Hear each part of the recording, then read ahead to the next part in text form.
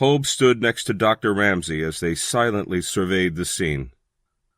"Hobe, I never dreamed one little boy with a big foot and a big heart could bring about a scene such as this.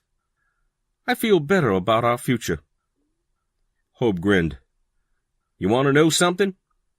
My left ear is slightly lower than my right one. I never thought about it until all this started." Dr. Ramsay mused to himself. "I wonder how many secret freaks there are among us. It would be interesting sometime to find out." The pastor stood. "My sermon on this anniversary Sunday is, 'Allow the little children to come to me.'" He smiled at the full pews. "We will all stand and sing that great hymn, 'Amazing Grace.'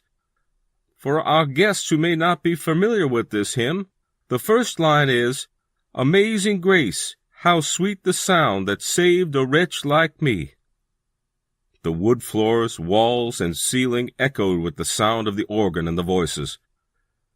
With the hymn ended, Pastor Richards prepared to begin his sermon, when he heard a small voice that was not finished singing. It was Dolly. "May chinges cheetah chown, chave the witch like me." After a short silence, he said, "I don't think the angels in heaven can beat that." The congregation applauded in agreement. Many of the special children had never been in church before that day. The stigma of it had been broken. "Pastor, before you begin, I wonder if I might say a word." The pastor nodded to Henry Bennett. Henry was nervous.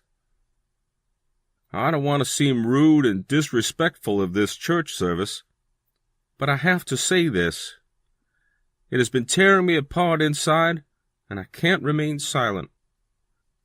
I'm Henry Bennett. I'm Dolly's father. The parents of the 3 other children who were mistreated at the home are here.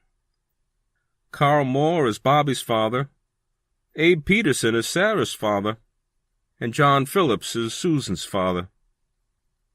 We owe a debt of gratitude to Danny Harrington. More than any other person, he is responsible for opening our eyes to see the light about our children. Claire Rogers, von Bruna, or whatever her real name is, was able to do what she did because I did not really see my daughter as a person. I was like all the other people who sort of avoided our own kids. Like maybe they were not really as human as us. I'm not sure I can say this as clearly as I now see it.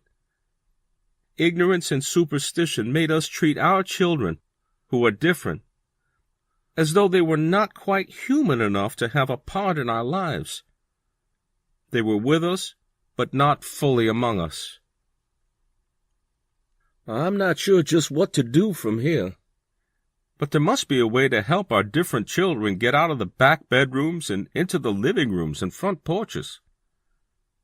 Dolly will never be able to do a lot of things, but she can love you enough to make you feel ashamed.